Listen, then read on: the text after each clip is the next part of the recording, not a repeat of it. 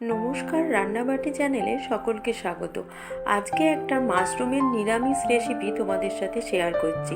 প্রথমে মাশরুমটা খুব ভালো করে পরিষ্কার করে নিতে হবে, কারণ মাশরুমের মধ্যে প্রচুর ময়লা থাকে। একটা সহজ পদ্ধতিতে তোমাদের দেখিয়ে দিচ্ছি কিভাবে মাশরুমগুলো পরিষ্কার করা যায়। প্রথমে মাশরুমগুলো একটা বাটির মধ্যে নিয়ে অল্প করে ময়দা দিয়ে ভালো করে মাখিয়ে নেবে। আটাও নিতে পারো, তবে ময়দা দিলে পরিষ্কারটা ভালো হয়।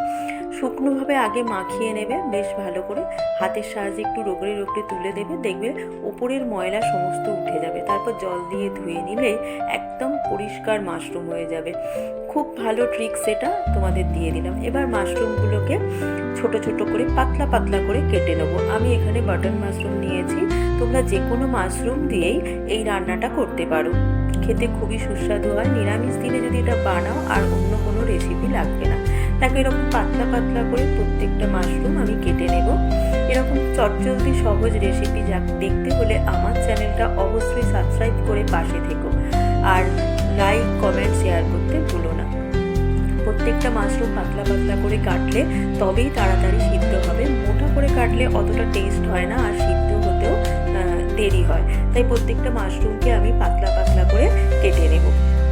এবার মাশরুমটার জন্য একটা মশলা আমি তৈরি করব। তার জন্য এক বড় টেবিল চামচের কালো সর্ষে নিয়েছি, আর 2 চামচ মতো পোস্ত নিয়েছি, আর একটা কাঁচা লঙ্কা দিয়ে ভালো করে মিহি একটা পেস্ট বানিয়ে নেব। এই মশলাটা দিয়েই মাশরুমটা আমি রান্না করব। প্রথমে মাশরুমটা ভেজে নেব। তার জন্য কড়াইতে সর্ষের তেল গরম করে কালো জিরে আর শুকনো লঙ্কা ফোড়ন দিয়ে দিলাম। তারপর ফোড়নটা ভাজা হয়ে গন্ধ বেরোলে তার মধ্যে মাশরুমগুলো দিয়ে এবার একটু ভেজে নেব। তবে প্রথমেই মাশরুমগুলো ভাজতে গেলে দেখি মাশরুম থেকে প্রচুর জল বেরিয়ে যাবে, তাই অল্প একটু নুন দিয়ে ঢাকনা দিয়ে দেবো। দিয়ে জলটা যখন শুকিয়ে যাবে তারপর মাশরুমগুলো বেশ লাল লাল করে ভেজে নেবো, এবং ততক্ষণে দেখবো মাশরুমটা নরমও হয়ে গেছে। এই মাশরুম দিয়ে কিন্তু প্রচুর জল বেরোয়, তাই জলটা শুকনো করা প্রয়োজন, কারণ না হলে মাশরুমটা ভাজা ভাজা হবে না, টেস্টও ভালো হবে না। ওই 7-8 মিনিট মতো কম আঁচে মাশরুমটা ঢাকনা দিয়ে রান্না করলেই দেখবে মাশরুমের জলটাও টেনে নিয়েছে আর মাশরুমটাও নরম হয়ে গেছে। খুব সুস্বাদু, আর মাশরুম যে কতটা উপকার সেটা তো আমরা সকলেই জানি। বাচ্চাদের বিশেষ করে যদি দেওয়া যায়, বা যারা নিরামিষ খেতে পছন্দ করে তাদেরকে খুব ভালো লাগবে তাদের।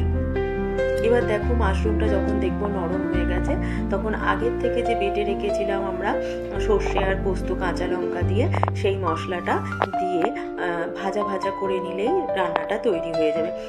এইভাবে মাশরুম ভাজাও কিন্তু খেতে বেশ ভালো লাগে। মাশরুমের অনেক রকম রেসিপি হয়, তবে সব থেকে ভালো লাগে আমাদের বাড়ির সকলেরই এই রেসিপিটি। এই সর্ষে পোস্ত দিয়ে বেশ শুকনো শুকনো ভাজা ভাজা করে নিলেই খেতে ভালো লাগবে। এটা একটু শুকনো শুকনো হলে তবেই টেস্টটা ভালো হয় মাশরুমের। এই সময় অল্প একটু জল আর স্বাদ মতো আরও একটু নুন দেবো। তোমরা চাইলে আরও একটু ঝাল দিতে পারো, তবে আমাদের বাড়িতে কেউই ঝাল খেতে খুব একটা পছন্দ করে না, তাই আমি একটা কাঁচা লঙ্কা বাটাই এখানে দিলাম। জলটা দিয়ে বেশ আরেকটু নাড়াচাড়া করে শুকনো শুকনো করে ভাজা ভাজা করে নামিয়ে নিলেই তৈরি হয়ে যাবে নিরামিষ মাশরুমের এই রেসিপি, যেটা আমি সর্ষে পোস্ত দিয়ে বানালাম।